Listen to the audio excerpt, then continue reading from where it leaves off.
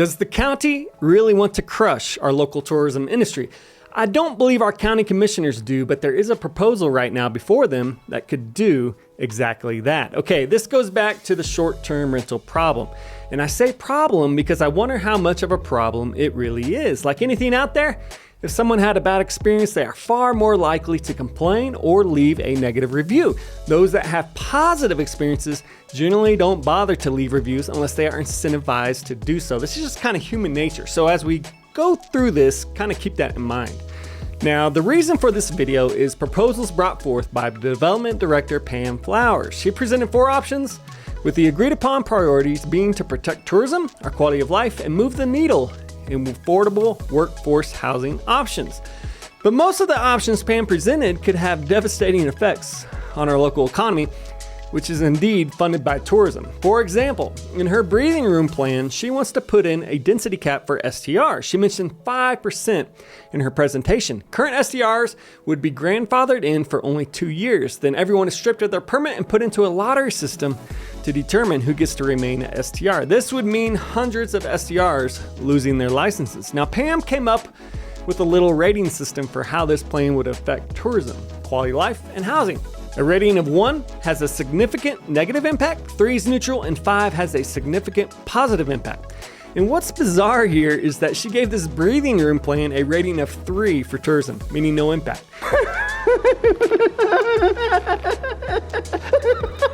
And I'm so confused how she came up with this, because in my view, this plan would indeed crush the local economy.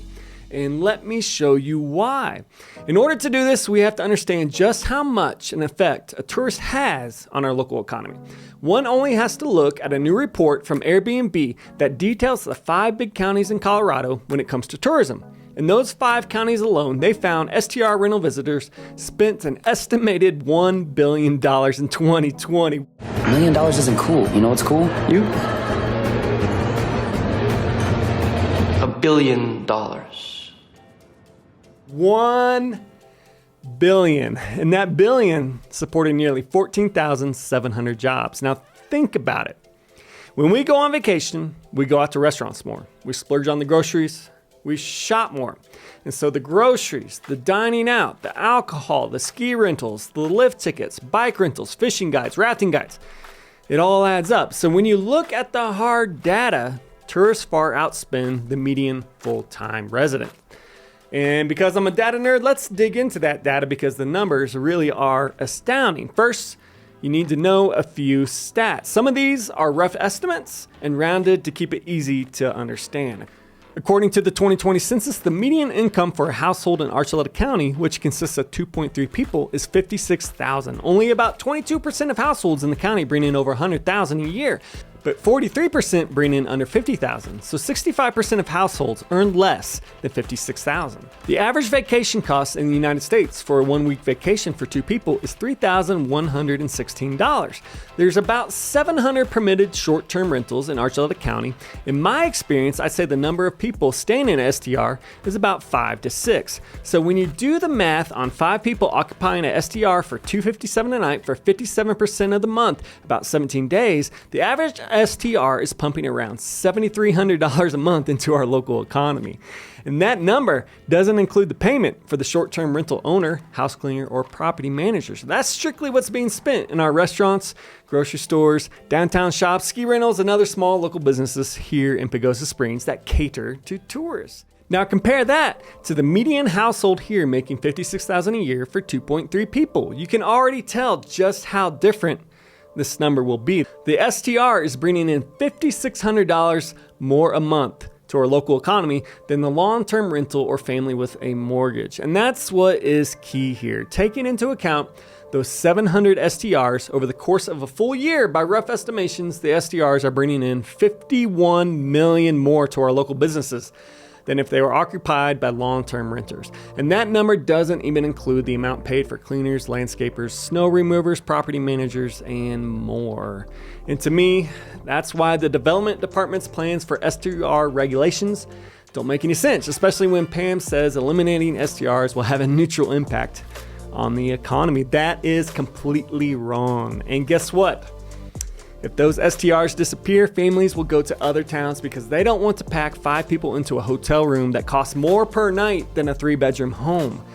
And we will lose out on those tourism dollars. In addition to this, those STRs won't even be converted to long-term rentals. Pam Flowers even admitted this. They will sit empty rather than contributing to our local economy and small businesses. And in turn, we'll end up losing workforce, not because of a lack of housing, but because of a lack of jobs. But look, I completely understand that STRs can be an issue for some in this county. There are some bad actors out there and they do not follow the rules. And some local residents have spoken up that they want some changes.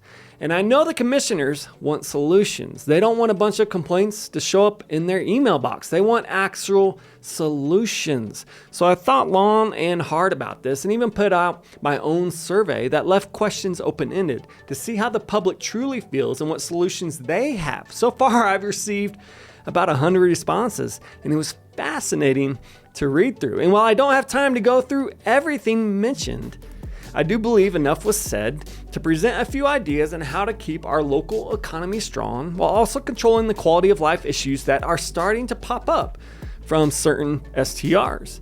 And I want to tread carefully here because of the responses I've received so far. 32% of locals who don't own STRs said they have never had a problem with the STRs surrounding them. And that's them mentioning this on their own. There wasn't a specific question on whether they had a problem with STRs, and I didn't prod it out of them. And you can count me as one of those folks. I've never had a problem with the STRs around me. At my previous town, I had far more problems with long-term renters, but that's a story for another day on how I dealt with barking dogs, loud as hell country music, cars racing down the street next to me, and so forth. Anyways, here's the 4-part plan I came up with. It's not perfect, but I do think it's a good compromise that keeps our economy strong, and there's room for improvement here. All I'm trying to do here is provide actual solutions rather than create more problems. All right, here we go. Number 1, education. Now I know this is a tough one. No one reads the rules on Airbnb or VRBO or the rules posted in the STR itself. But what if we required renters to pick up physical keys from property manager's office where they have to sign a piece of paper stating they will adhere to the neighborhood and county rules? I know this presents issues for renters arriving late at night, but at least this starts us down the path of finding a way to make sure renters are aware of the rules. And number 2, enforcement. And this is the big one. In fact, without trying to steer the survey towards this, the number 1 idea on my survey of both locals and STR owners was just to enforce the rules. And in my opinion, here's what's preventing that. The money collected from STR fees is not going towards enforcement. Instead, it's going towards inspections. Instead of hiring police to make sure quiet hours are followed, we're wasting time and money on inspectors measuring rooms and hallways of short-term rentals. That doesn't help the neighborhood and community. It doesn't address the problems. It creates more division, and it absolutely makes no sense. So here's my idea, and it's going to bump up the fees a little bit, but please hear me out, because it's better than the development director's alternative, which would harm our local economy, including our STR owners. From talking to others, it seems like the larger STRs are the potential bad actors here. So I believe fees should be charged by the room, but not the outrageous fees like the town is charging for empty STRs that add up to almost $6,000 a year for a 3-bedroom home. But what if we charge $400 per bedroom per year? For a 3-bedroom home, that's $1,200 a year. If there's around 700 STRs in Archuleta County with an average of 3 bedrooms per STR, that would bring in $840,000 a year. Now, of that $840,000 a year, 10% would go to the development department for tracking STRs, collecting fees, etc., but not current inspections,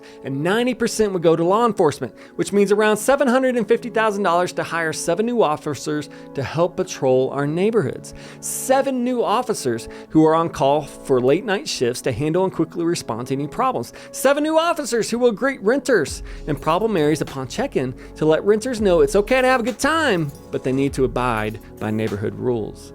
Now that addresses the problem and makes a lot more sense to me rather than giving a homeowner hell for a hallway being 1 inch too short. And I'm not joking about that. That's a true story. There's many insane stories like that here. Okay, we need to stop with these ridiculous inspections and instead invest in our police to enforce these laws. On top of that, here's an idea. We build a police station near Hatcher Lake to provide a better presence over there and a quicker response time. As part of this new station, we include living quarters that officers can choose to rent at a heavy discount. It's kind of like a fire EMS model, especially since housing has become so expensive. And it's also more incentive to have a better pool of applicants to choose from. But how do we pay for this?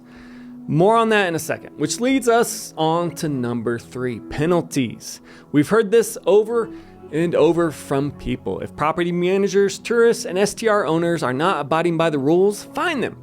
But no one has really provided an amount or plan on how to do that. So here's kind of my thought.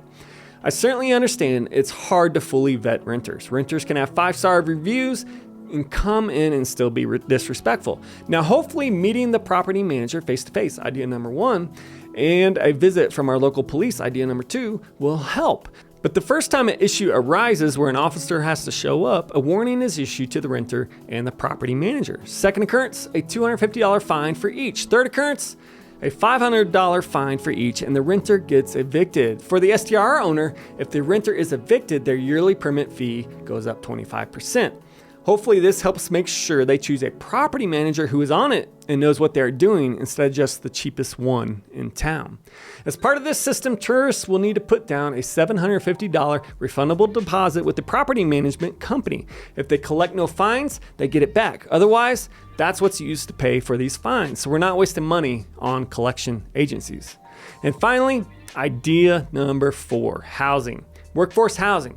It's important to the commissioners for us to work on this. It's important for our local businesses to work on this. I mean, Kips is closed on Wednesday nights for the first time in decades because they can't find enough workers.